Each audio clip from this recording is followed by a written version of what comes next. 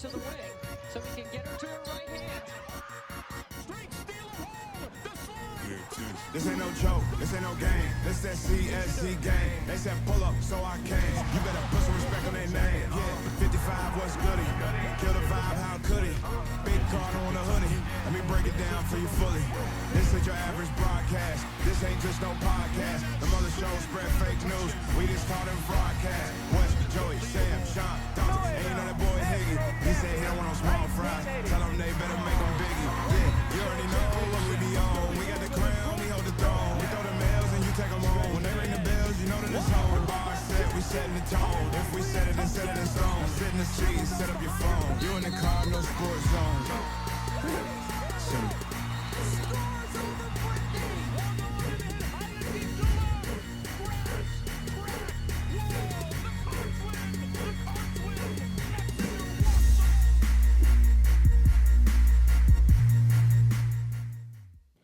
Welcome, everybody, to ESPN's 24 hours of pregame coverage.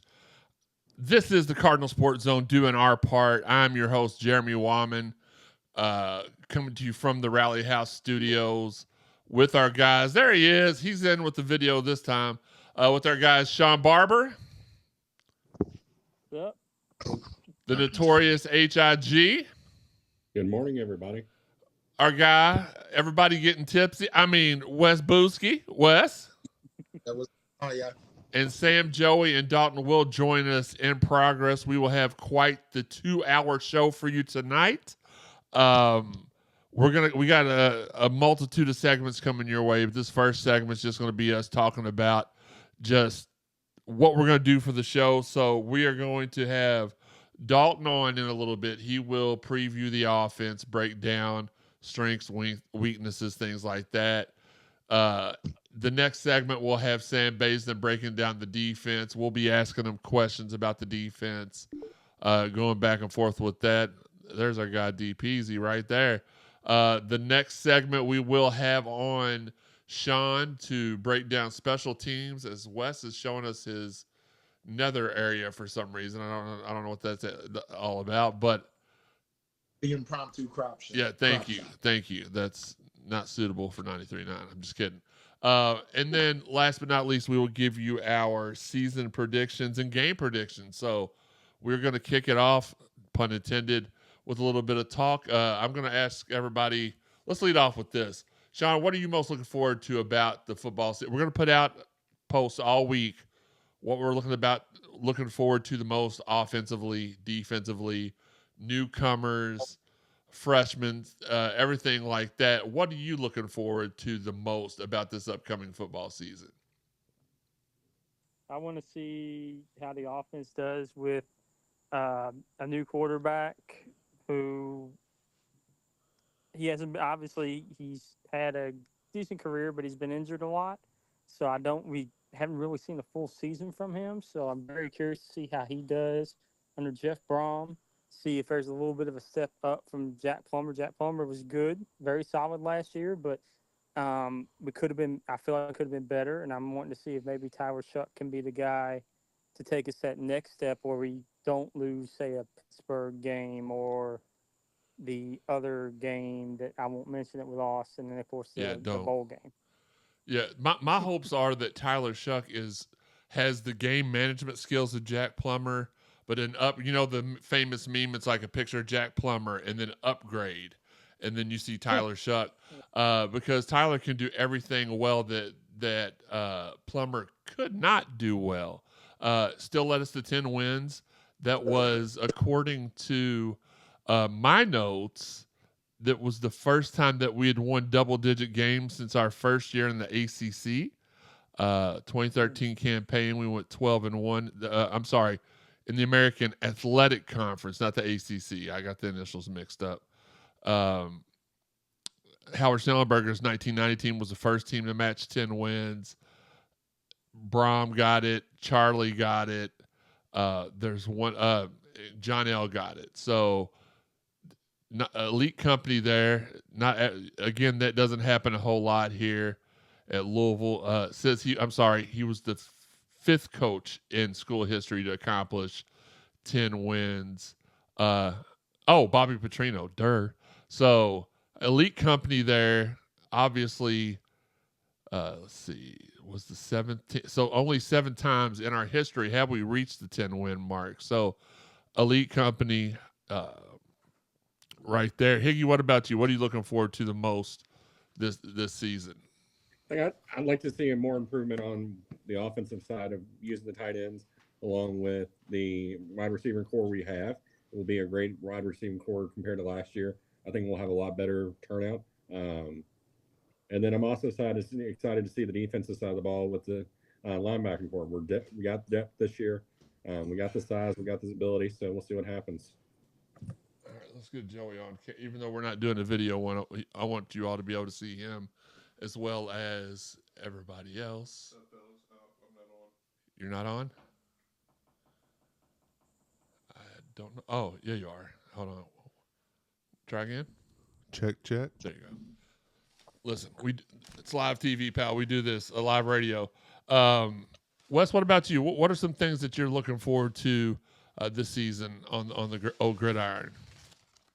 I'd say definitely on the offensive side of the ball, seeing Shuck take it more up tempo, actually elevate the ceiling of the offense, being able to throw the deep ball, being able to play at all 3 levels, honestly, because that's one thing we struggled with last year. We really couldn't play in all 3 phases, short, intermediate, or deep. We were kind of good in between, but not really like there was no strong suit on the deep ball. And that's where some of our guys like to live. But yeah, the tight ends having that available and seeing how the running back by committee thing is going to work, because with Isaac Brown being a preseason All-American, that kid has to play. And on defense, I'm excited about the DBs.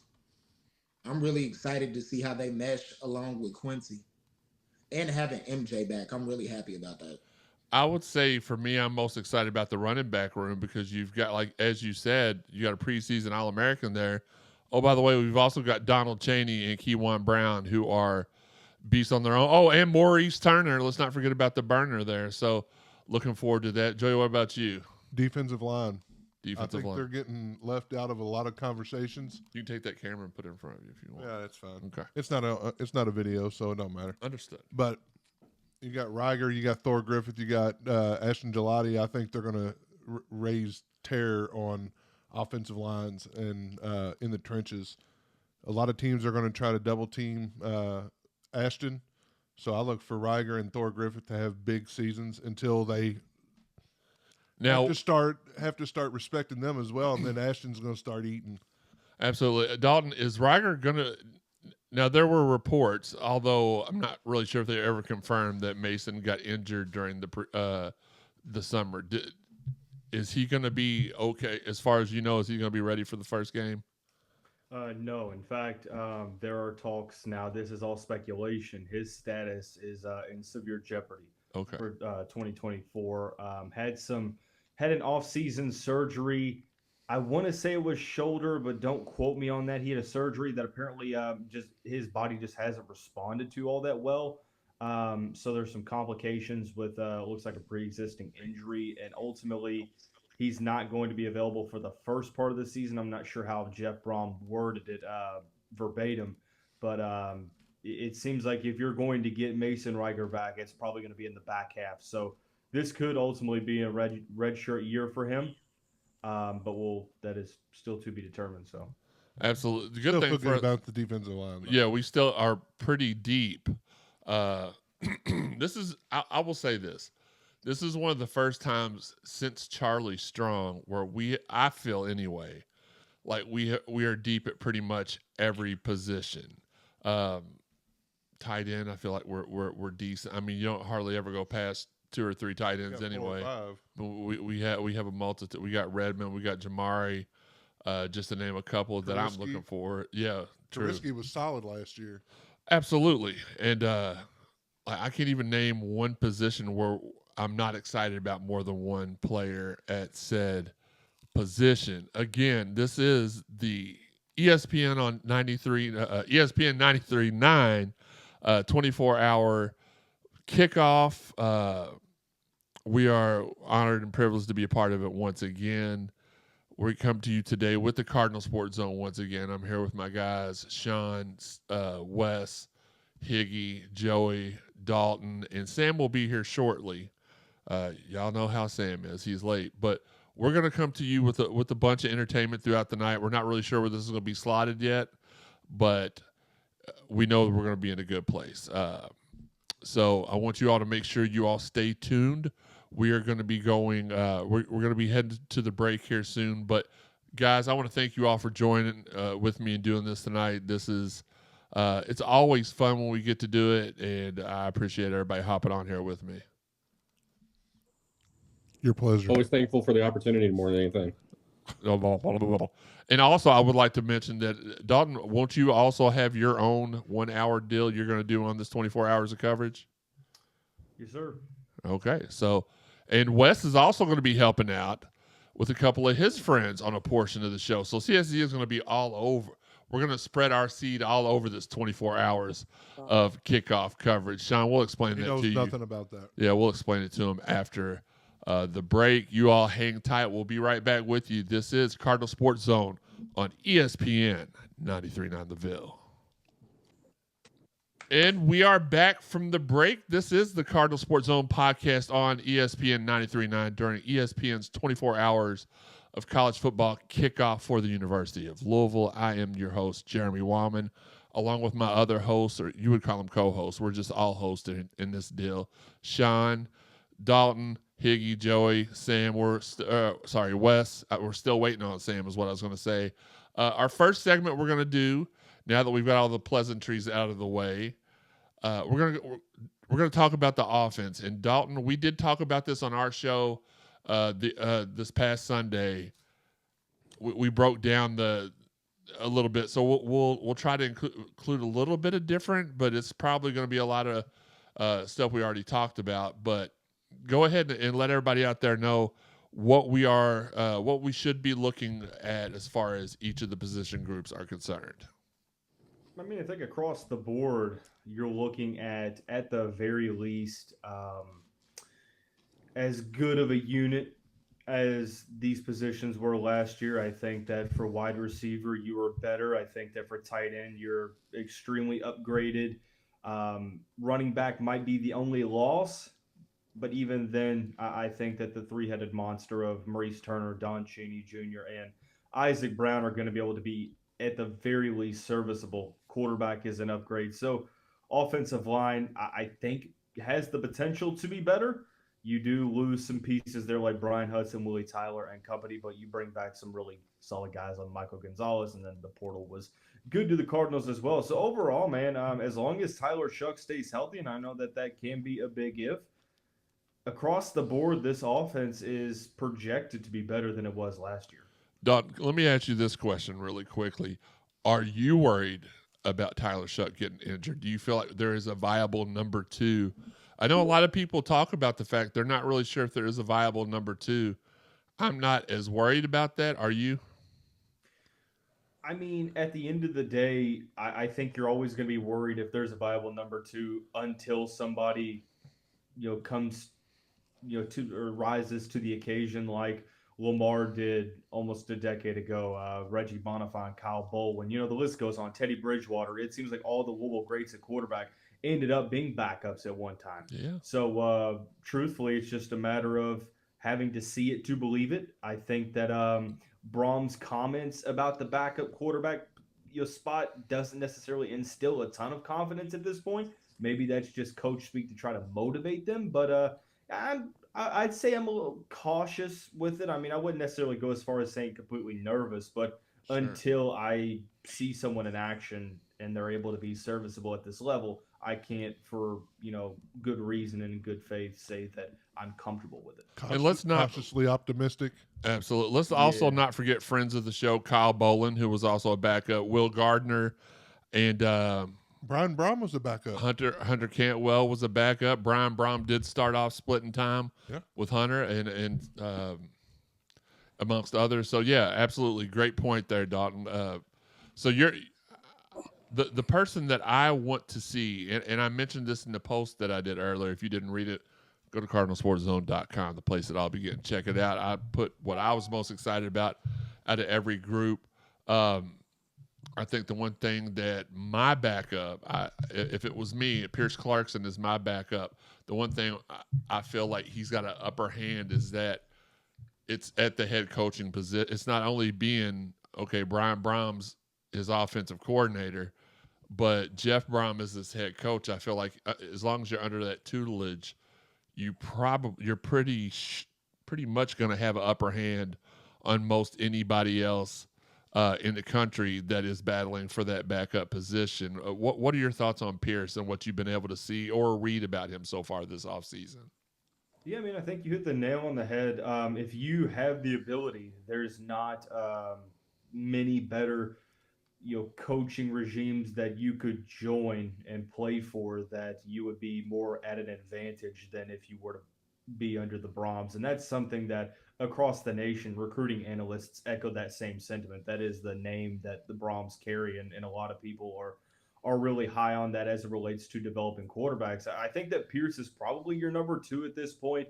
It seemed like it's a mixed bag. There were some good reviews throughout the spring and off season, and there were some instances to where he needed to continue to grow and be better.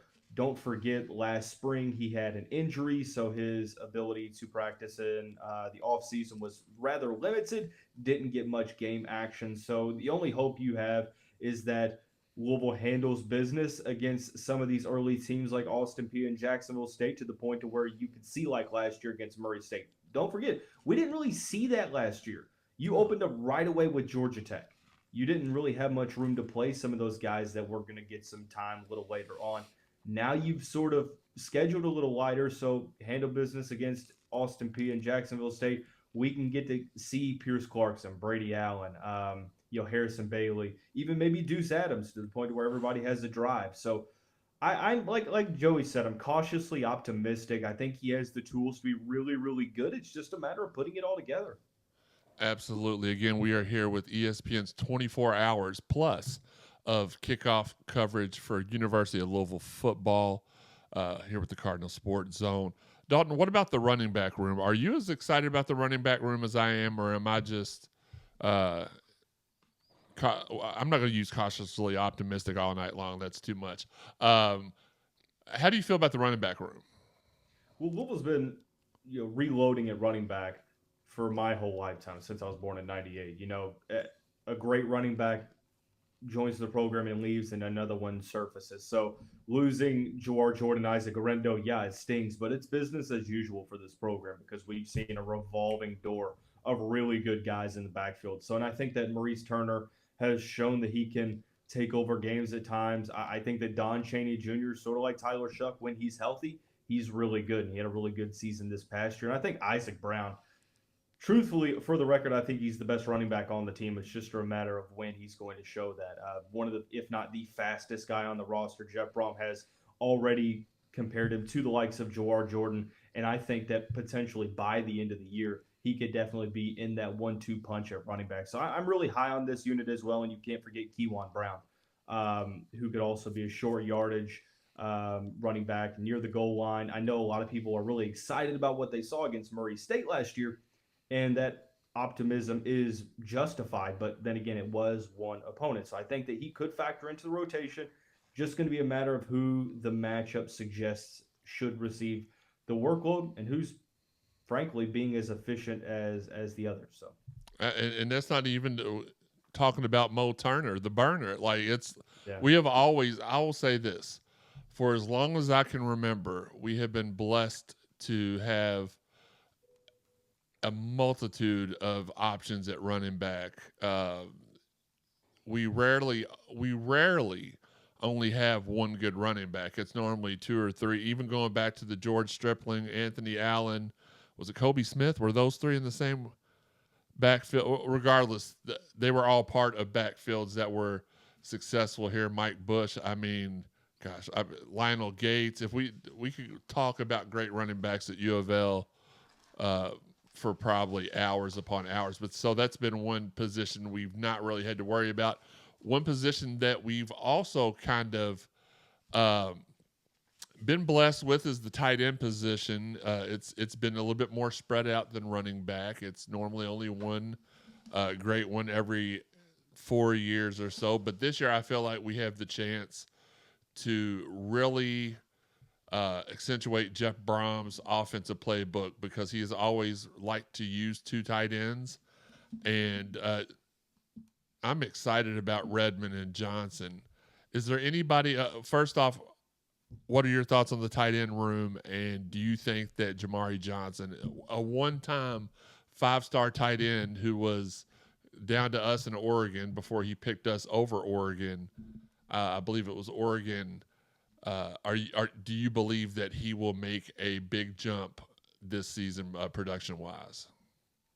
Yeah, I do. I think this tight end room is probably the position that most people should be excited for the most. I know it's not the most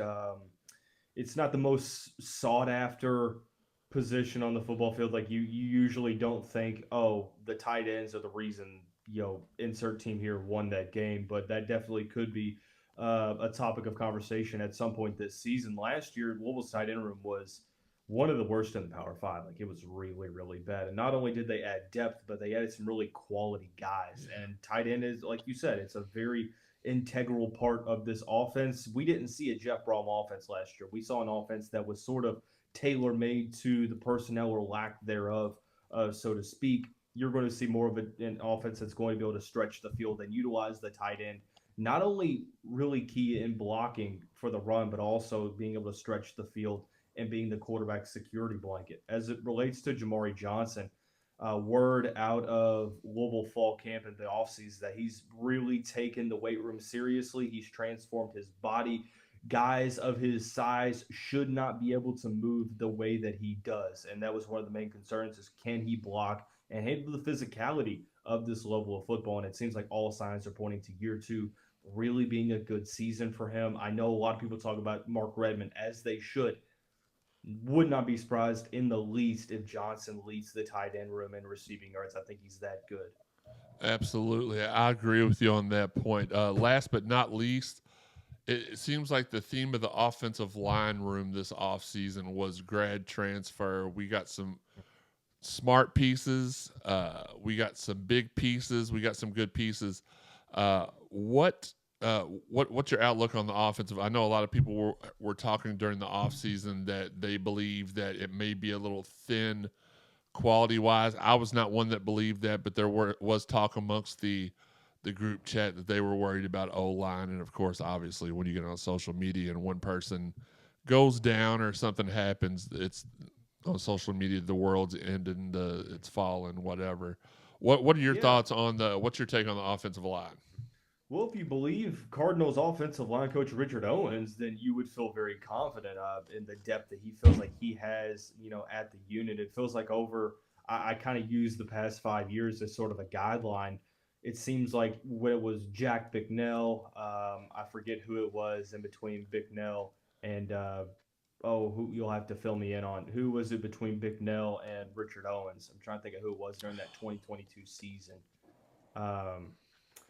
Can't remember it at the moment. It's going to escape my mind until we stop recording. But it seemed like the focus is that there needs to be other players to step up. This year, it's a little bit of a different tune. Owens really likes the depth that he has. Losing Brian Hudson, multiple-year starter at center, really tough. Losing Willie Tyler at left tackle, not easy loss to overcome. Good news is you bring some key guys back. Michael Gonzalez might be one of the best interior offensive linemen, not only in the conference, but the country as a whole. You bring in some really good transfers. Losing Lance Robinson to a season injury, not really great news there, but Jonathan Mendoza, Monroe Mills from Texas Tech, Pete Nigra at the center spot from Northern Illinois. You've got some veteran guys up front. I think that this group is going to be really, really good in pass pro. They have the tools to be really good in pass pro. I'm interested. I wouldn't say concerned, but I'm interested to see what they're able to do in terms of blocking for the run. That's maybe my only question as to how effective they're going to be in 24. All right, I'm trying to look really, really quick on the social media. Nick Cardwell. Yeah, there you go. There you go. Okay, I don't know why that name just escaped me, but I couldn't think of it for the life of me. It was one of the good old boys coach guys. That's why we forgot a lot of them. All right, guys, we are wrapped up on. Well, actually, do the rest of y'all have any questions for Dalton in the offense? I do. Okay, Shawn. With Colin Lacey being out, who do you think is probably going to step up into that slot receiver role, or could you see one of the outside guys move into slot and a younger guy move out to the outside? I think that the answer was pretty complicated up until about a couple days ago. Now, full transparency, I'm not sure if you've alerted the listeners on this, Jeremy, but by the time of my recording on Monday evening, we might not necessarily know the status of Amari Huggins-Bruce as relates to the NCAA clearinghouse. He's enrolled, great. He still has to get cleared. I wouldn't be surprised if this is something where he's not able to take the field until like week 3 or 4, just because the NCAA treats Louisville. It's not really all that great. I want to say Amari Huggins-Bruce because he plays that position, ACC proven, and I think that he was sort of got the short end of a stick of bad quarterback play the past couple of seasons. So Amari Huggins-Bruce is the simple cop-out answer. I think you're going to see Jaden Thompson and Jimmy Callaway sort of maybe slide to the inside with Thompson being fully healthy now and having that explosiveness. If it's not them, Shawn, you probably turn your head to some guys that you're looking to take that next step. Blue Hicks has been great in the offseason. Jaleel McClain's the same way. Freshman JoJo Stone has a lot of talent. Might be one of the more talented guys in this room. Just a matter of cracking into that rotation. I feel like that's going to be a TBD answer until we see somebody rise up in the first 2 games, because that it feels like week 4 against Georgia Tech is going to be like the culmination of those first couple of games. It's like tinkering with the roster and who's playing a lot, to where week 4 it's like, boom, these are my best 22 guys on the field. All right, well, there you go. Dalton, we appreciate you hopping on here with us to break down the offense. Guys, we're going to head to the commercial break for a few. We'll be right back. This is the Cardinal Sports Zone podcast on ESPN 93.9 for ESPN's 24 hours of college football kickoff for the University of Louisville. We'll be back. Welcome back to ESPN's 24 hours of coverage for the college football kickoff for the University of Louisville. We are the Cardinal Sports Zone podcast. I'm your host, Jeremy Wahman, here with the squad.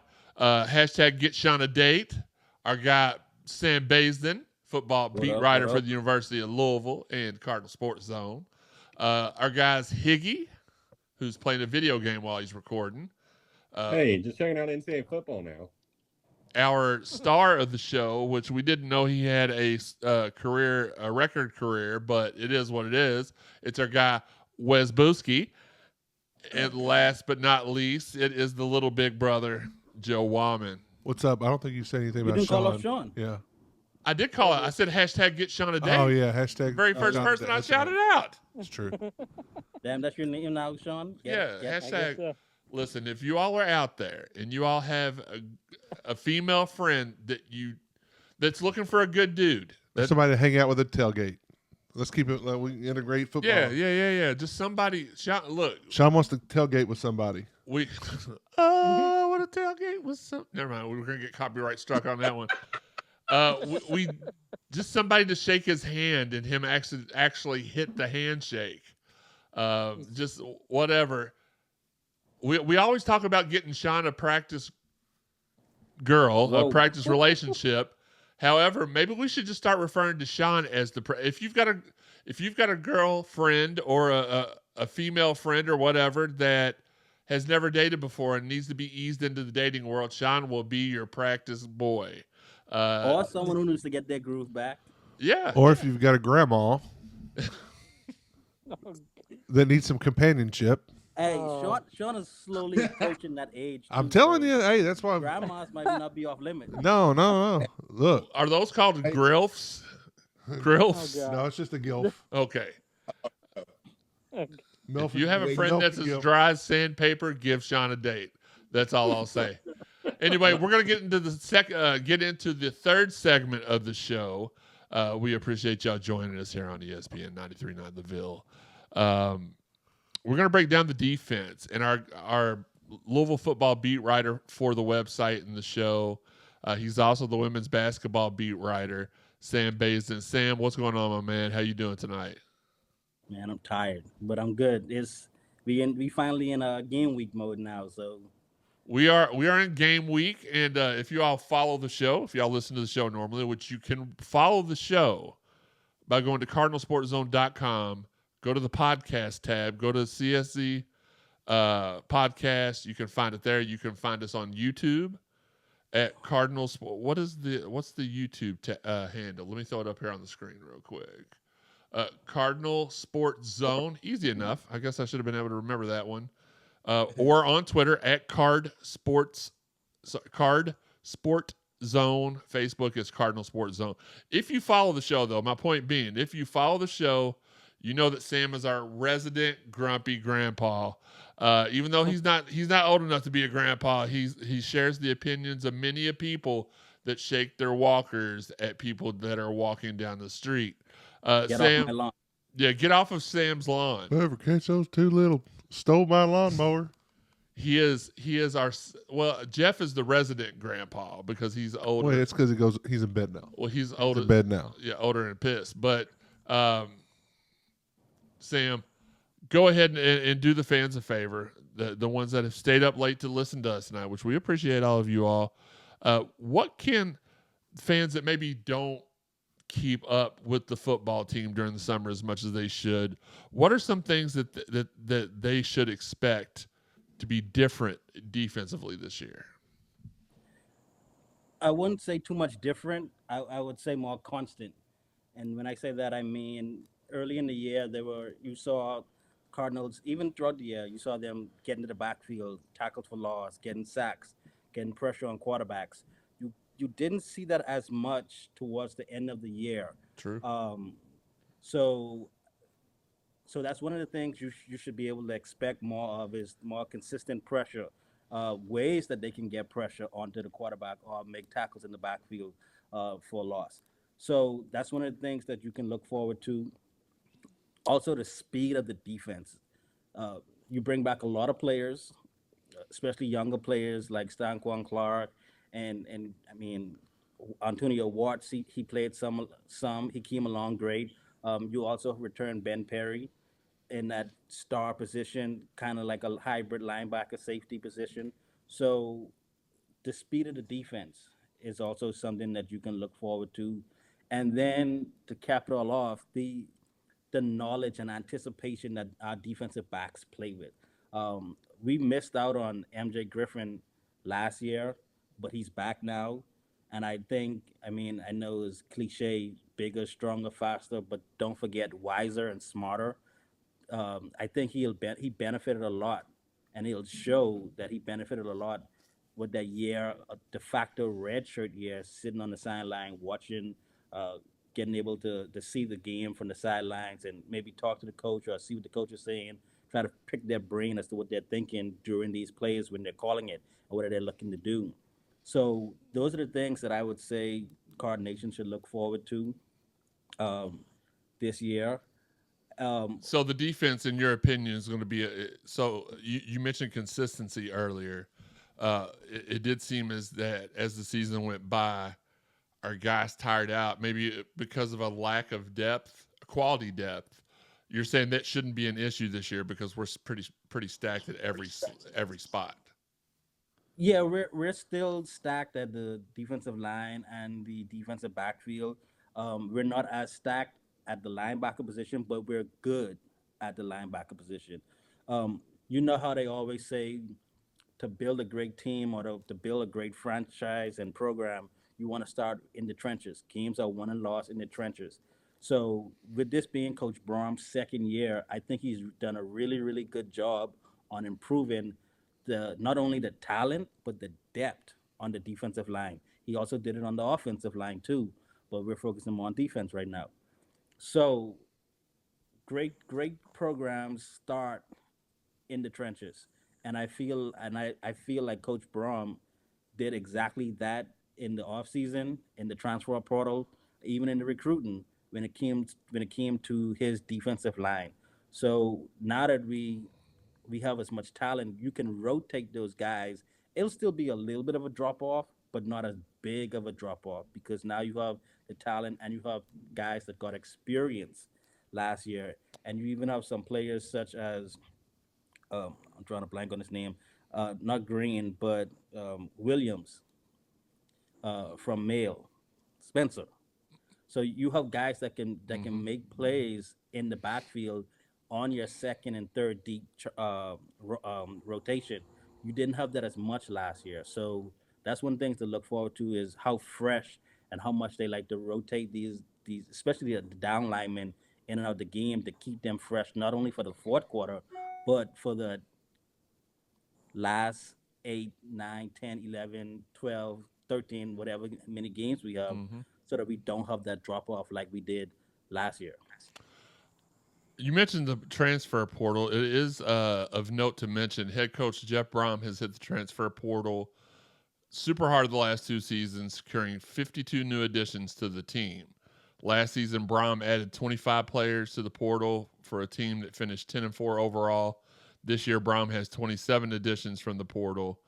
Louisville also signed 14 high school players this season, which means 41 of the 85 scholarship players are first-year additions. It is also of note to mention Louisville returns 11 players, not including specialists, who started at least 5 of the team's 14 games last year. 7 on the defensive side. The defensive players being Ashton, Dez with 14, Ramon Purrier with 5 starts, TJ Quinn, Ben Perry, Quincy Riley, 14 starts, Devin Neal, 13 starts. So that's a pretty big defensive nucleus there that we are leaning on. Last but not least, we'll get back to the defensive part. I'm going to mention this, and I am all kudos and credit going to the Louisville Football Media Guide. It was where I'm procuring most of this information. It says the Cardinals opened the 2024 season at home for the first time since the COVID season of 2020, when they began the year with a 35-21 victory. Before the shortened 2020 season, the last time the Cardinals opened a full regular season at home was in 2019, when Notre Dame opened the Scott Satterfield era with a 35-17 win over the Cards. Louisville is 12-5 in games when it opens the season in their home field. So who keeps hopping back in and out? Wes? Okay. So just some interesting notes to mention about the opening game this season. So let's go ahead really quickly, and I'm going to ask you, Sam, your who you are anticipating to be the breakout of each of the position groups. We'll start out with defensive line. I want to say, you know what? I'm gonna go wild. I'm gonna go with Adonijah Green. I think he's gonna be able to find himself on the field, in most likely pass rushing situations. Okay, I think Sticks. Sam picks Sticks. That's his nickname. It's Sticks. I think he'll excel in that, especially as he continues to get strong and gets more experience. So on the defensive line, he would be my pick, Green. Gotcha. And if you want to watch, a shameless plug here, if you want to watch any of the prior episodes of the Louisville live streams with these University of Louisville football players, go to cardinalsportszone.com, search for Louisville live stream in the search bar, and you'll be able to find them. These kids are not only good players, but they're great people, and we had a blast talking about all their favorite stuff off and on the field. So make sure you tune in and watch those. We do have those up on the website. Linebackers, Sam, who's your linebacker pick to if I was like, Sam, predict the future, who's going to be the most valuable linebacker? Who are you picking? The easy choice and the slam dunk choice would be TJ Capers, but I'm going to go with Stanquan Clark. I think we saw glimpses of what he can do, just his speed and his anticipation. We saw how effective and how great he can be. I think with a year on his belt and a year in the weight room and stuff like that, I think this year he starts to put his name in there like how he did with the Keith Browns and the James Burgess type of player. I think he's that talented. Man, we've been pretty blessed at linebacker too. You mentioned a couple, and that's not even Gosh, Yeah. Preston Brown.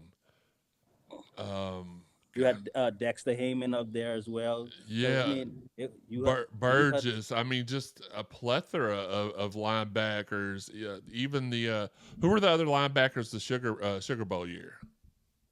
We had no. Oh wow. We had. Oh, now I'm drawing a blank. Now. Yeah, I am Sugar too. Bowl. What? Well, Was that Preston was one of 2013? them. Do what, Higgy? Preston Brown was one of them. Right. I said other than Preston Brown. Can you put your controller down long enough to listen to the conversation, Higgy? That controller is not attached to a vending machine. So I know. Oh, let's try to figure this. We had Keith something, right? We had Keith. Terrell Pryor in the safety. Hakeem Smith, safety. We had we had a plethora of Miami players too that year too. Yeah, I think Keith Brown wasn't that one? Not Keith Brown. Keith. No. Not Well, totally. What did he play there? He was there, wasn't he? Keith Kelsey wasn't there during the Sugar Bowl, right? Yes, he was. He was. Okay. Yeah, Yes, he was. Yes. Okay. Hey, got something Joey right. got one. Yay. Let's get it. And then there was Keith somebody. I remember the Keith name. I think it was Keith Brown. Keith I think Brown. it was his name. Yeah, he ended up transferring to Western, I think. Or was it Dawson? No, Nick Dawson ended Nick up Dawson. There you go. Yeah, he ended up transferring. Okay. There we go. We got that figured. But anyway, just to the point, all the way back to Tony Campos, Johnny Frost, Man. Tyrus McLeod, Abe Brown. Rice Lockett, all those guys. Terry Rice Lockett. Yeah, I mean, we've been very, very blessed. What was the no-neck guy? Higgy. No. I mean, McCune, Robert Robert McCune. Oh, Like he went straight from head to just like shoulders, like craps out of nowhere. Robert McCune had literal bowling balls for biceps. It was crazy.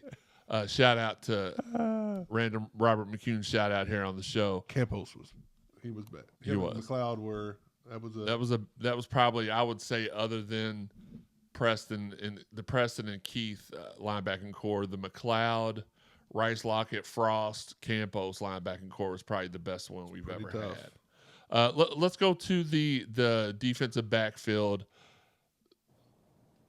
Obviously, everybody. Let's take Quincy out of the equation because we all know that they're not even going to throw at Quincy. If they do, they're going to make big mistakes. Who is your? And let's also take MJ out because obviously he is the fan favorite, the feel good story. We all know how good he is. Who is your dark horse, so to speak, out of the defensive backfield? I'll go with Aaron Williams, the There you go. redshirt freshman out of California. Bosco. So, like we talked about before, you know how no one wanted to throw at Jarvis Brownlee last year, and then it kind of switched to where they didn't want to throw at Quincy Riley.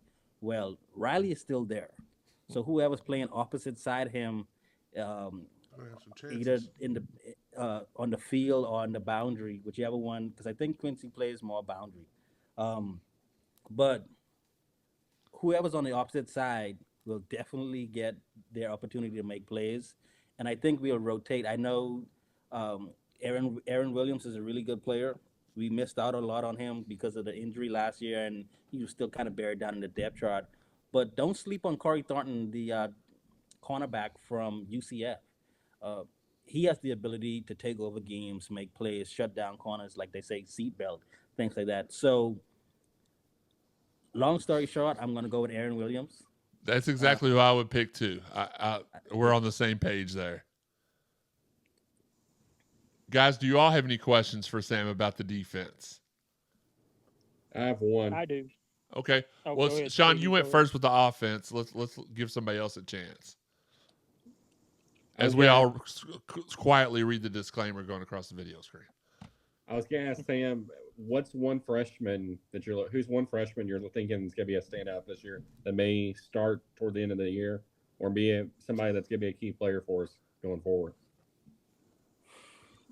The freshman that I think, look, I would pick Green, but I think it's too much depth on that defensive line for me to say that a redshirt freshman would be able to come in there and start.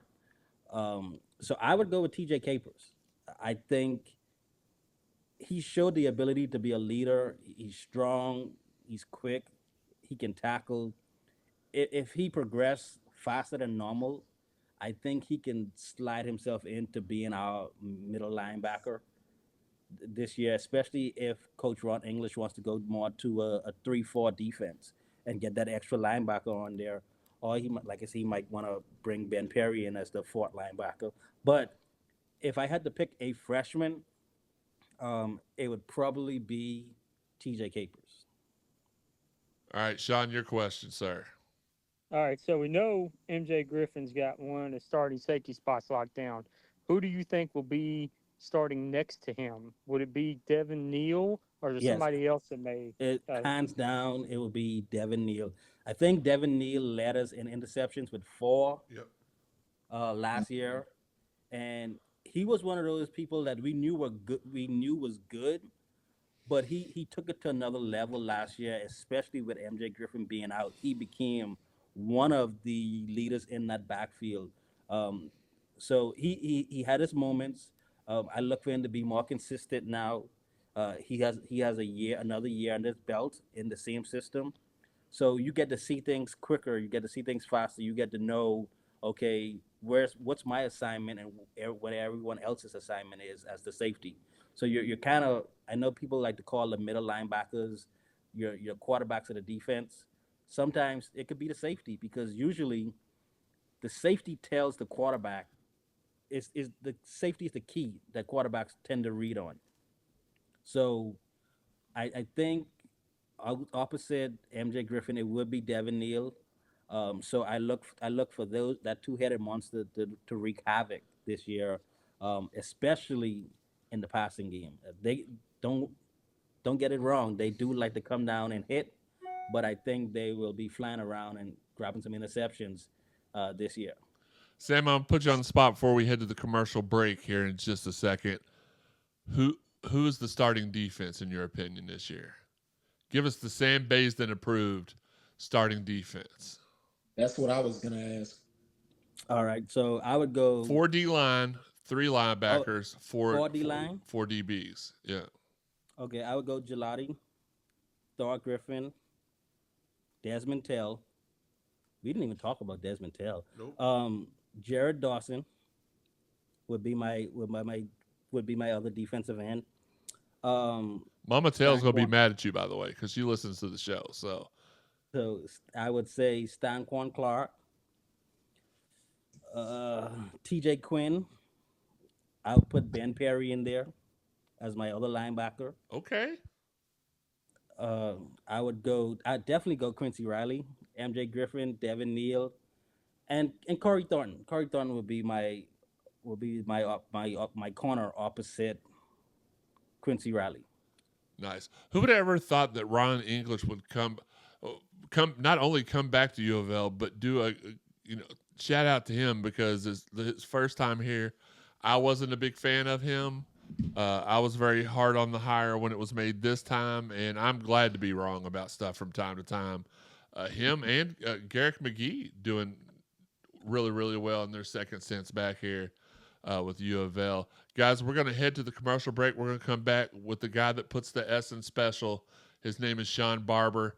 He's 42. He likes long walks on the beach, and he is going to be the featured guy for the next segment when we come back to the Cardinal Sports Zone podcast here on ESPN 93.9 The Ville, as we go through 24 hours plus of college football kickoff content.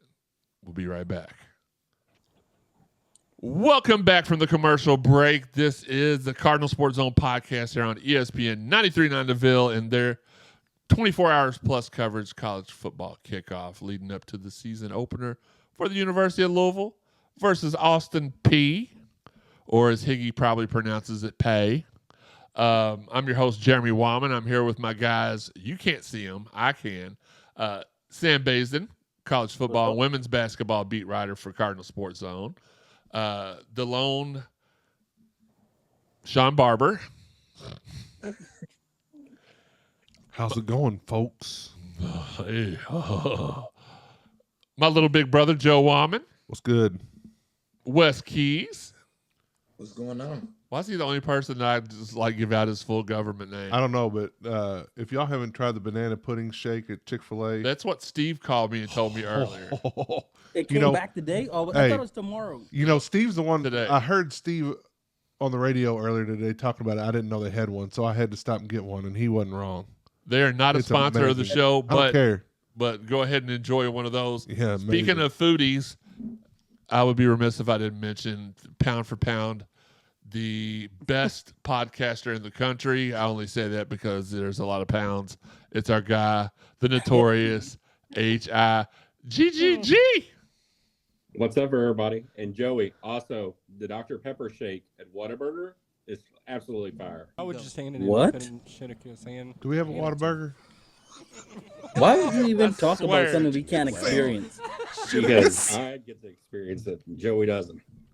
Well, there's a lot of things that Joey's experienced that you haven't. Hold on.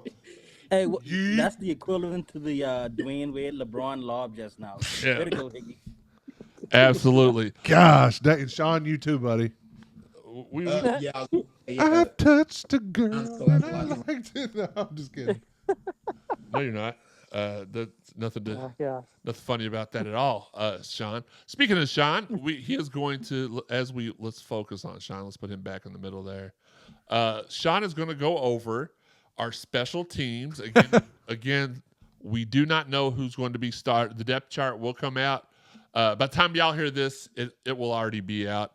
We will have that up for you at cardinalsportszone.co, which doesn't make sense for me to say that because, again, will already be out. But we'll have it up for y'all tomorrow, which will be Tuesday, so we'll have already read it on the website. But, Sean, go ahead and talk a little bit about who you think will be kicking, who you think will be punting, and who you think will be best at filling in that role that Colin Lacey is going to not be in to start the season. All right, so with kicker, Brock Travelstead is back. Obviously, last year he was the starter at the beginning of the year, but he was eventually, I won't say demoted, but Nick Lopez ended up taking over most of the field goal kicking duties, except for long field goals that would bring out Brock. But he's back. I expect him to probably start still. Although there is a battle probably between him and a name many of you are probably familiar with, Vinatieri, A.J. Vinatieri, the son of Adam Vinatieri. I would say he's probably the backup kicker right now, but we have to see the depth chart to see who won out in camp.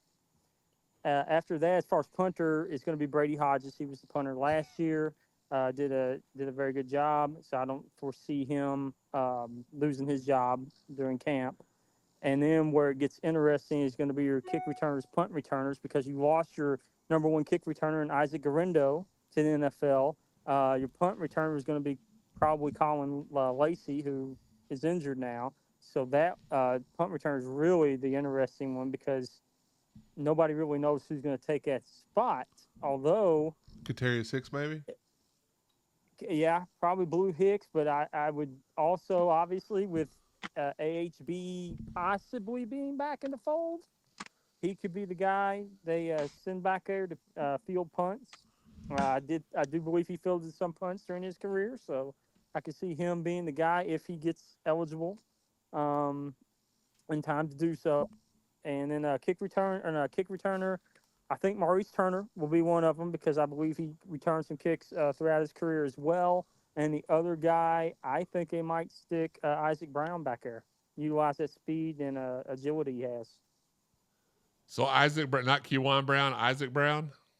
I believe Isaac Brown. Okay. His speed, when you hear that speed they talk about, I mean, can you imagine having Turner and Brown back there together? The burner? It's like, pick your poison. Turner the burner. Kick it out of bounds. But, yeah, those are the two guys I think will probably return kicks. Well, we'll see. You could see maybe Kewan Brown being back there as a lead blocker almost for Maurice Turner. So he's got an extra blocker to open up some lanes for him to maybe get some big kick returns. So, Sean, let me ask you this really quickly. You mentioned the other day on our show, which, by the way, every Sunday at 1 p.m. on all the social media, and we're adding a Friday night show. We probably won't do the Friday night show this week since we are. We know we build it to you all that we would. Maybe we'll hop on for a few. Who knows? But we're doing a new Friday night pre-show, 10:05 p.m. on all the social media, Facebook, Twitter. Make sure you join us. YouTube again. It's Card Sport. Y'all gonna be tuning in to somebody else on Twitter. It is Card Sport Zone. One word. 3 words on Facebook. Cardinal Sports Zone, and on YouTube it's. I've already forgotten what it is on YouTube. Sports Zone. Cardinal Sports Zone, right? Yeah. Cardinal Sports Zone, the full thing. It's a little tricky. When we first created all these, you couldn't have but so many letters in the Twitter and so many letters in the Facebook. So we got it. But that's where you can watch us. Friday nights at 10:05 to preview. Sundays at 1 p.m. to kind of talk about what went on and who's next. So, but you said on the show, bringing us back to what I was talking about, that there are a multitude of kickers. What do you think sets Travelstead apart from a guy like Vinatieri, or there's another Travelstead here? Like, what do you think is that sets him apart from everybody else? And do you think he will be our starter the entire season? Okay, well, with Travelstead, I think it's just he came back. He's got the experience, and I think the coaches like him enough. They're going to give him another opportunity to keep the job, right? I'm gonna put you on the spot. Is he the kicker at the end of the year, or do we see another person emerge? I mean, I think you could see another person emerge. I think Vinatieri could overtake him if he struggles like he did from the North Carolina State game to the end of the year. Because remember, he hit that 53-yard kick as a school record, won the game, and then he kind of just he was missing give me field goals, like 30-yard field goals he's missing. Those should be give me's for kickers, and it kind of sucked to see because of what he did at North Carolina State and what he did early in the year. He was pretty good early in the year. So it's tough to say that he would lose his job again in the middle of the year, but Vinatieri, by all accounts, is a good kicker, just like his dad. I don't know if he's his dad. I don't know if he's as great as his dad, but I think based on just the history of it, I think he might lose that job as place kicker. I think he would keep the job as a kickoff guy, because if you remember, Brom he's like a lot of other coaches. He's one guy for kickoff and another guy for your place kicking. And I think you could see Travelstead become the kickoff guy, and then Vinatieri sneak in that place kicker role. For those of y'all that just heard that was not cicadas underneath Shawn's jorts. That is he's the only one of us that is outside, and you just heard whatever that was causing an uproar get really, really loud. Guys, do y'all have any questions for Shawn and the special teams? I do. Okay, Sam. So, one of my questions was if you think he would put a freshman back there to field punts or kickoff, seeing at how much everyone values the ball and lack of turnovers. But since you mentioned Isaac Brown, what are your thoughts on, if you had the choice, you have Shawn Boykin, the kid from Lexington, Jaleel from California, and it wasn't Hicks. It was someone else that I was thinking of that could probably be there. I want to say JoJo Stoon. What do you think? Oh, yeah, JoJo. Those three possibly returning kicks. I could see that because he did that last year too. didn't always use the same guys. Like I No. said, Turner was back there sometimes, and then Turner was pulled. They put Garindo and Jawar Jordan sometimes. I mean, Yep. he mixed it up back there, so I could easily see like a game against Austin Peay, maybe second half. You start seeing a guy like a JoJo Stone or like a Shawn Barbour. I think you might see more of a JoJo Stone there though, because JoJo Stone, even though they haven't talked about him, it's because, let's be honest, you've got a lot of receivers, right? So I can Yep. see his playmaking ability and his quickness and speed being utilized there to get him some playing time. Okay. All right, Wes, do you have a question? Or are you just enjoying the show? I can't really think of nothing on special teams. You pretty Higgy, much asked a question for me: who was going to start back there, who's going to end up back there. Huggy, what about you? I was going to ask in regards to the punt returner. Who's going to be our main punt returner? Because you look at Brom last year, he had a different guy kick returning and also punt returning. So who's one possibility of punt returning you're seeing? Actually, Joey brought up Blue Hicks. I think that would be the guy if AHB is not eligible yet. I think AHB is going to end up being that guy once he gets eligible. But right now, I would say it's going to be Hicks until AHB is eligible. Yeet. Okay. What we're going to do is we're going to go to the commercial break really, really quickly. When we come back, we're going to talk about who else to get excited for. We've talked about the main guys. We've talked about a lot of different things. We're going to go back to Sam, and we're going to ask Shawn, and we're going to ask everybody, maybe some guys we haven't given enough attention to yet on the show. We're going to do that, and then we'll come back for one final segment after that where we give you our season predictions and game predictions. Buckle up. There's a lot more of the Cardinal Sports Zone podcast coming up next on ESPN 93.9 The Ville and their 24 hours plus coverage leading to the kickoff of the University of Louisville football season. We'll be right back. Welcome back to the Cardinal Sports Zone on ESPN 93.9 The Ville. We are here taking part of the 24 plus hours of coverage leading off to the kickoff of the University of Louisville football season with the Austin Peay Governors. Aren't they the Governors? Yep. They are. Hello, Governor. I'm your host, Jeremy Wahman. I'm still here with Shawn, Sam, Wes, Higgy, Joey. We are breaking down what we can break down leading up to the season. We are going to talk a little bit about in this segment. Again, we've talked about who stands out the most, but there's a lot of people that we haven't talked about yet that we were planning on talking about, but just hadn't got to them yet. I'll start off with Shawn. I'm going to ask each of y'all to bring up somebody that we haven't talked about yet. Shawn, you name the name, and we'll all talk about them. Let's see here. Put me on the spot. I'm expecting to be first. You never are.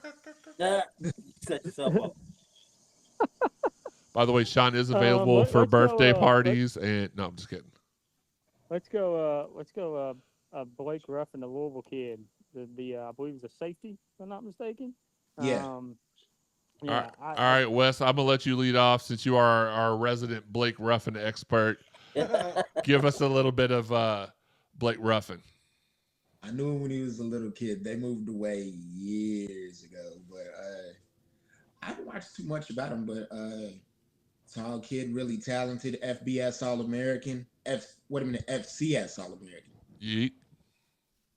Transfer from, where is it? Shawn, do you know? Eastern Illinois. Eastern, okay. The Fighting Tony Romos, as they're called. Yeah, but Tony who? I'm on him actually, huh? Tony who? Exactly. Oh, Romo. Okay, I thought. Never mind. Yeah, I haven't watched too much film on him. Sam, what about Blake? What about Blake Ruffin excites you for him to be on that in that secondary this season? One of the things that excites me is the fact that he's a Louisville kid, and I feel like we've seen it in the past. Most of the kids from Louisville, when they put on that Louisville jersey, it means more to them. So he was doing really good at Eastern Illinois, like Wes said, a couple of All-Americans and some first teams here, and some great games. But now that he is back in the city of Louisville, representing his hometown, a Trinity kid, things like that. So that's one of the things that excites me. The second thing I would say would be he's a baller. The young man can play. It's not like we're getting someone from Eastern Illinois who is just going to be a walk on what you call it, a spot filler. Um, he plays the game with great anticipation. I don't want to say this because Joey likes to make fun of me, but I'm gonna say something different. Okay. He has great speed for his size at 6'3", 215, 220, thing like that. So you're getting someone else who can be a ball hawk, someone who has great range, things like that. So and he plays in a secondary where we know Ron English likes to cross train his defensive backs. So free safeties can play strong safety, safety can play free safety. So he intertwines them a lot. So with his versatility, I'm excited to see how Coach Ron English is going to use him, not just this year, but he also has another year remaining. All right, let me go ahead and throw mine out there. I'm going to go with eeny, meeny, miny, mo. Jarante Davis from Texas A&M. Tell us a little bit about his game and how much you expect to see him playing this year. So let me tell you something. When it comes to SEC linebackers, they're fast, they're strong, they're physical, and they make plays. We talked earlier about how the linebackers were kind of unknown last year. They got better as the year went along. Now it's another year under their belt. So, but they're still young. Javonte is a junior, so he's seen a lot. He's played in the SEC, got valuable snaps, and no moment is too big for him. So, with his experience bringing it to that linebacker room, is only going to benefit the younger guys, and I think it would probably propel him to be more than who he is, to step out of what he think he is and to be more, so that he can lead the younger guys and try to take a spot that he probably feels, coming from Texas A&M, being a highly regarded player out of high school, he probably feels like he should be a starter. So I feel like he's one of those players that is going to come out here with something to prove, sort of like how Nate Harris was when he came from Miami. He felt like he had a chip on his shoulder. I mean, he did, but he came out here with something to prove. And I think that's what I think of Davis. Now, we talked about this. I want to go ahead and make a point of this because we kind of made it sound like the tight end room was just a two-man room. We would be remiss if we didn't mention transfers are plenty there in the tight end room. You got Jaleel Skinner from Miami. You got Isaiah Cummings from Mel High School. That's how we do Love that. I love it. Absolutely. We're not going to do it any other way. So it's let's see, Hamilton Atkins, a freshman from 6'4", 250-pound freshman from St. X. I'm trying to see if I'm missing anybody. And you still have the Kariski, as Joey mentioned earlier. You mentioned him earlier, right? Yeah, he was probably, as far as receiving wise, our most consistent guy last year. Like, I mean, he, obviously wasn't the most talented, but as far as consistency, you could count on him. If the ball was going to him, you could count on him to catch it. Absolutely. Wes, go ahead and throw out your guy that maybe we haven't spoken enough on yet. Let me think. That's a good one. You're supposed to have been thinking the whole segment. I've got mine if he needs to think. All right. Let Wes think a little bit longer. Joey, go ahead. And we talked about offensive line. We didn't really talk about too many of the people, but Pete Nigra, the center, I mean, he's coming in. He's a 2024 preseason Remington Trophy award winner. What do they call it? Like finalist or watch list? Watch list. Yeah. So I think with the people that we lost last year, getting somebody with that experience and obviously that skill and talent level at the center position is key. So I think that'll help. Hopefully, keep our quarterback upright and keep the ball going down the field. But I look for him to have a big year. Absolutely. And really quick, while you mention that, I'm going to go ahead and see if I can go ahead and make this. How do you do that? Okay, here we go. Sorry, again, you can't really tell this. Here are the guys that are on the preseason award list. Isaac Brown, ESPN freshman preseason All-American. Our guy Renato Brown coming back, Athlon's preseason fourth-team All-ACC. Donald Chaney, Athlon's preseason fourth-team All-ACC. Ashton Gelade, everything that you can be on. Walter Camp, Benerick, Lombardi, Sporting News, Athlon's, Phil Steele, Michael Gonzalez, Phil Steele, preseason first-team All-ACC, Athlon's preseason second-team All-ACC. MJ Griffin, Athlon's preseason fourth-team All-ACC. Colin Lacey, Phil Steele, preseason fourth-team All-American. Athlon's fourth-team All-American. Phil Steele, first-team All-American. Athlon's preseason All-ACC first-team, and the Biletnikoff Award watch list. Now, that will be he probably won't be on all those when they all occur because of his injury. He still has a chance to make up for it because they do have a minimum amount of snaps. He can still make it. Devin Neal, Phil Steele, preseason third team All-ACC. Athlon's preseason third team All-ACC.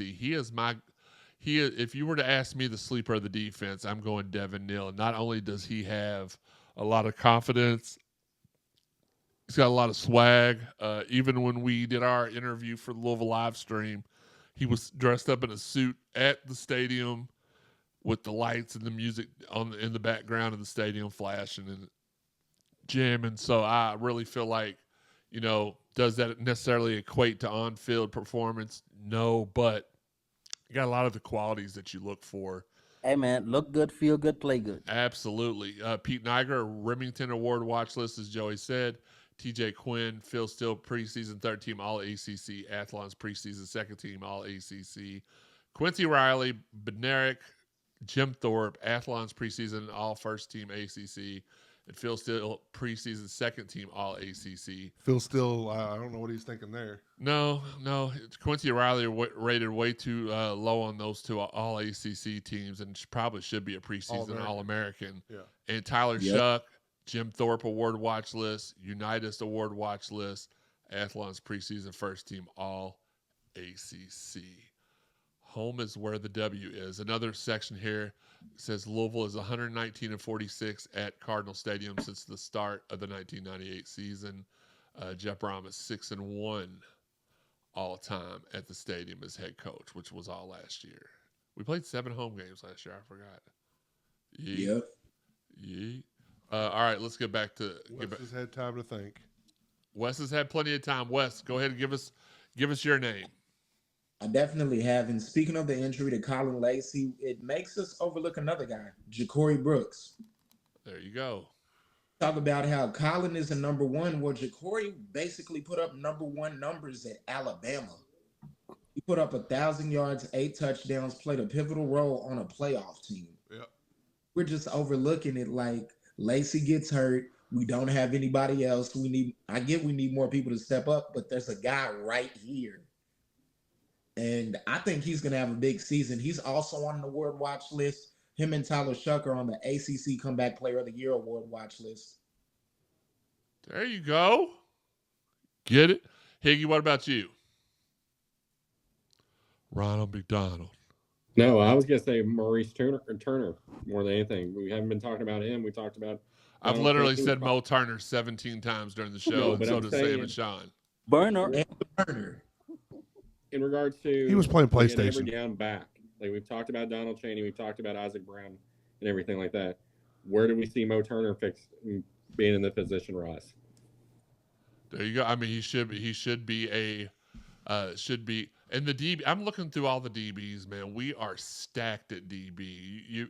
We're stacked all over the defense, dude. We really are. I mean, Dave McCullough, he came from South Bend, Indiana. I believe he's transferring in from Oklahoma. Let me go back to the because I do have the roster. I'm cheating a little bit. And then we also have Desmond Tell that we did not mention at all. Absolutely. Well, I was saving him for last because I saved the best for last. And Pure Year. Those two guys we were going to talk about. I'm trying to Josh Minkin's little brother on the roster here. That's quite interesting. Yep. Let's see, Antonio. No. Who else? While you look for that, you mentioned the tight ends earlier. I did.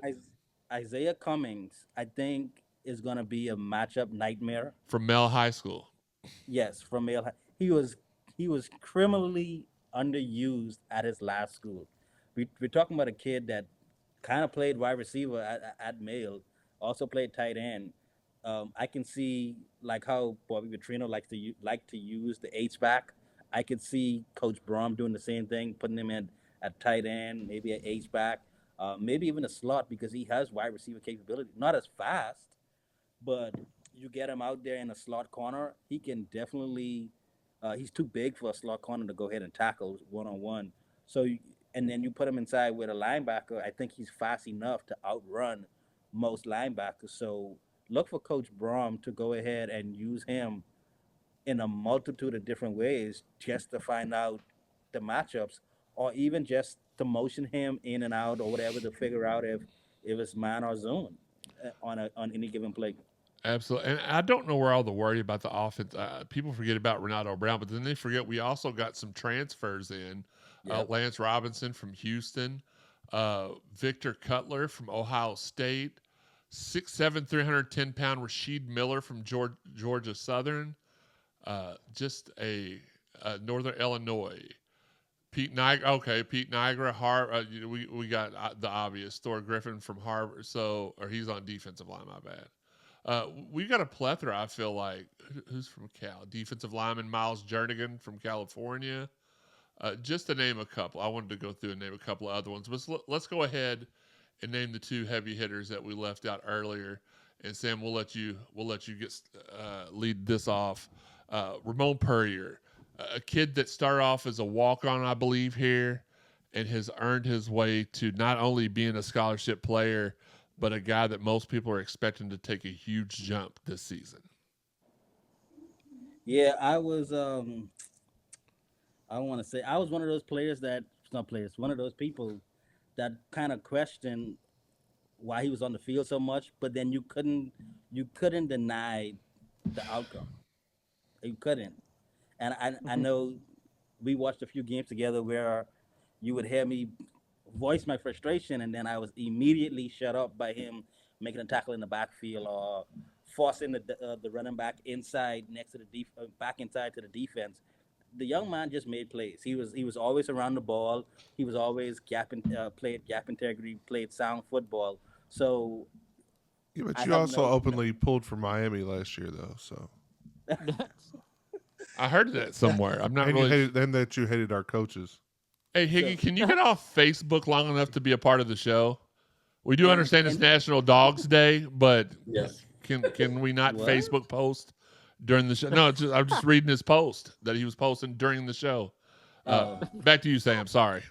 And Purrier also came away with 6 tackles for loss, including 4 sacks. So obviously he had some production. He played in all 13 games.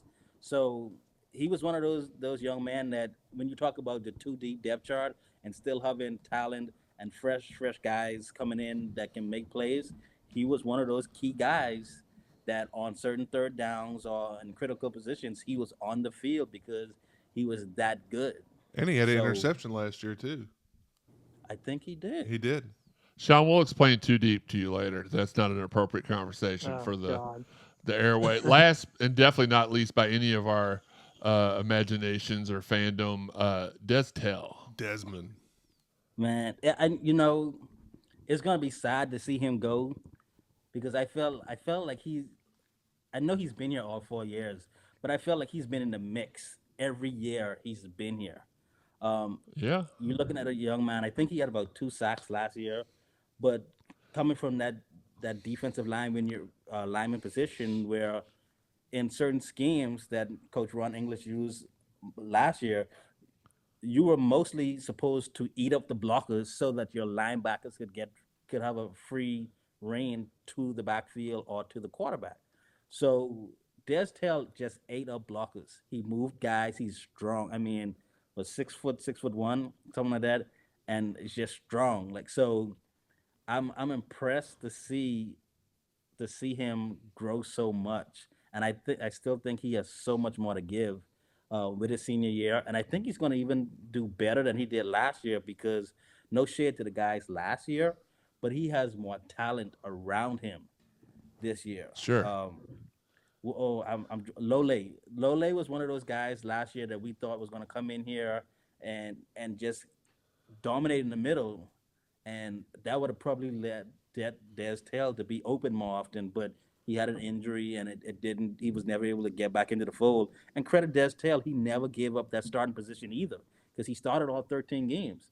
So even when Lole came back and was healthy, they couldn't get Des Tail off the field. So, I'm predicting Des Tail will be an all ACC first teamer this year. I really do believe it. Higgy wasn't impressed by the 2 sacks. He's like, I had 4 sacks at 10 earlier. I'm not impressed by just 2. And shout out to all the card moms and card dads that listen to the show, follow us. We appreciate and love you guys. Appreciate y'all's support. And we didn't just talk about your kids because they're your kids. We talked about them because they're the cream of the crop. And we appreciate you all guiding those young men here and appreciate what they've done since getting here. Guys, we got one more segment coming up, and then we'll be out of here for the evening. Stay locked in on, not locked on, but stay locked into the Cardinal Sports Zone podcast here on ESPN 93.9 The Ville and ESPN 93.9's 24 hours of kickoff football coverage. We'll be right back. Welcome back to ESPN 93.9 The Ville for the Cardinal Sports Zone podcast here during ESPN's 24 hours plus of college football content, kicking off the University of Louisville's football season. I am your host, Jeremy Wahman. This is the Cardinal Sports Zone podcast. This is the Rally House Studios, and these are my people. It's Shawn, Sam, Wes, Joey, Higgy. Make sure that you stay tuned to Dalton. He'll have his own little deal coming up for I believe it's for Locked On. It may just be for Dalton Pence. You know how he is. Shade, not shade, but just kidding. We don't know the order of the show, so he may be on before us. He may be on. If he was on before us, good job, Dalton. Good job, Dalton. Thanks for shouting us out. If you're on after us, make sure you tune in because he has a lot of great knowledge. And as Higgy misspells and mispronounces words incorrectly, Dalton's got his own inflection on words that's very unique to this podcast game. All right. Nevertheless, let's digress for just a moment. We are at the end.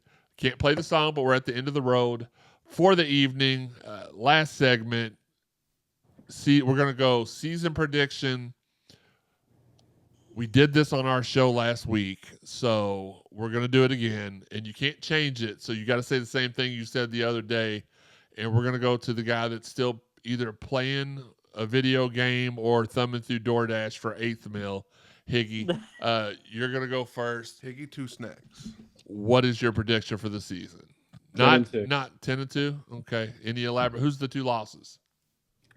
2 losses. I said it was going to be a trap game, either Stanford or SMU were my trap games.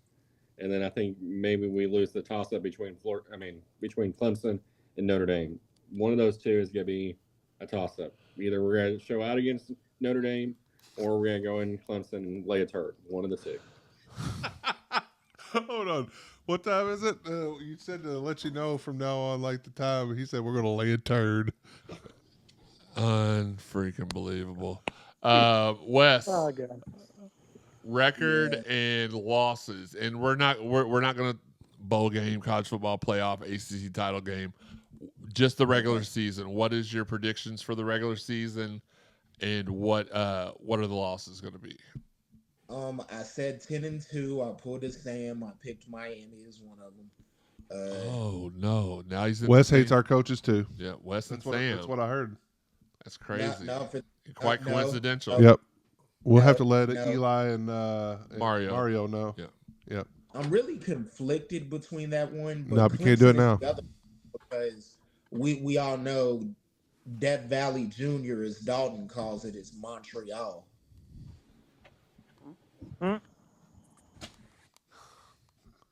Okay. Joey? 11-1.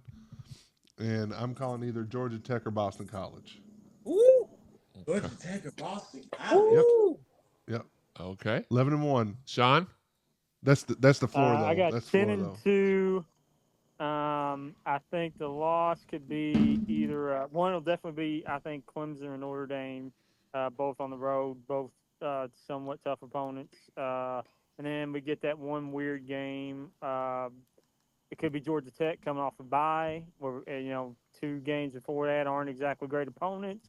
It could be, I believe, if I'm not mistaken, we still have Pittsburgh on the schedule. And they always scare me because for some reason we always kind of play weird against them. We do. I know it's at home though, so that helps us there. But I just think it's going to be a game we drop. We shouldn't. All right, Samuel. So I went 9-3, and y'all shunned me for that. Absolutely. I Rightfully learned my so. lesson, last year when I picked the U. So my 3 losses this year is I think we lose to Notre Dame. We still haven't gotten that monkey off our back against Clemson. I felt like if it was in Louisville, it would have been a win. So I have us losing to Notre Dame, Clemson, and the third game is we lose to Miami. Oh, he still likes Miami. He still hates our coaches. He still hates them. Still hates them. Gosh, dang. Man, he's on Luther's payroll, isn't it Uncle Luther or whatever? It's Uncle Luke, Sean. Get it right. Uncle Luke. You're on Uncle Luke. Sean, out of all the obscure facts that you do know, you don't know the guy's name's Uncle Luke.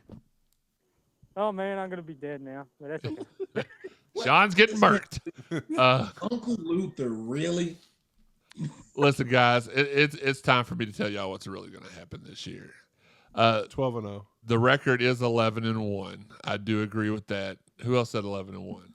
Joey. Okay. This is going to be the year that we end the streak at Clemson. Yep. We are going to go up and play Notre Dame like we always do up at Notre Dame. I think the average margin of victory so we played up there twice. We won by 2, I believe, and lost by 5. So that's a very small margin there between the two, 3.5 points.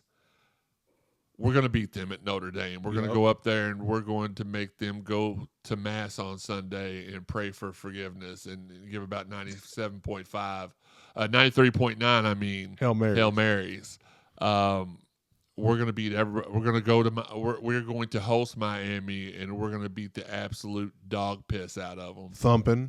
Donald Chaney will have 275 yards rushing that game just to get back at them. Yeet. Good Lord.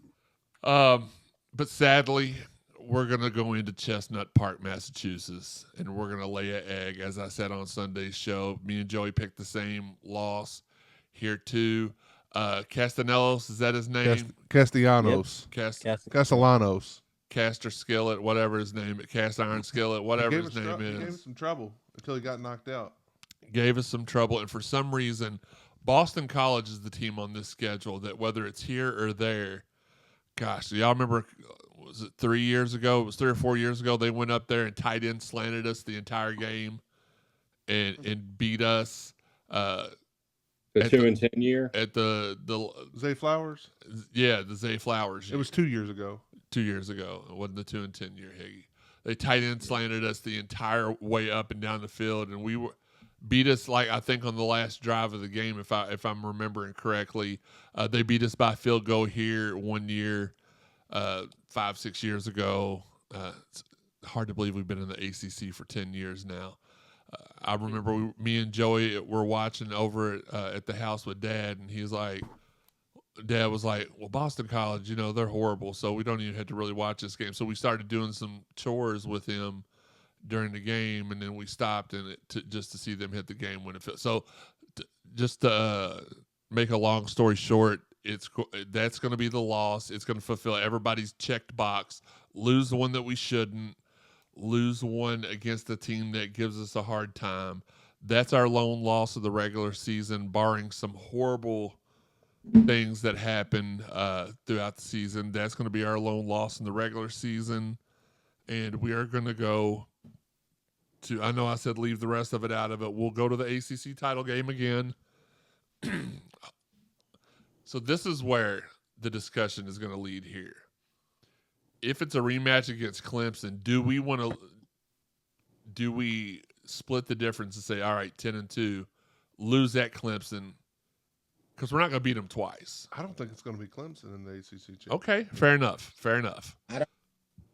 So I would say 10-2 in my mind is the floor. 11-1 is the ceiling. And we'll talk about the ACC title game in college football playoff. I mean, we're definitely going to host a first round game, right, guys? Yeah. Okay. If we're a 5 seed or lower.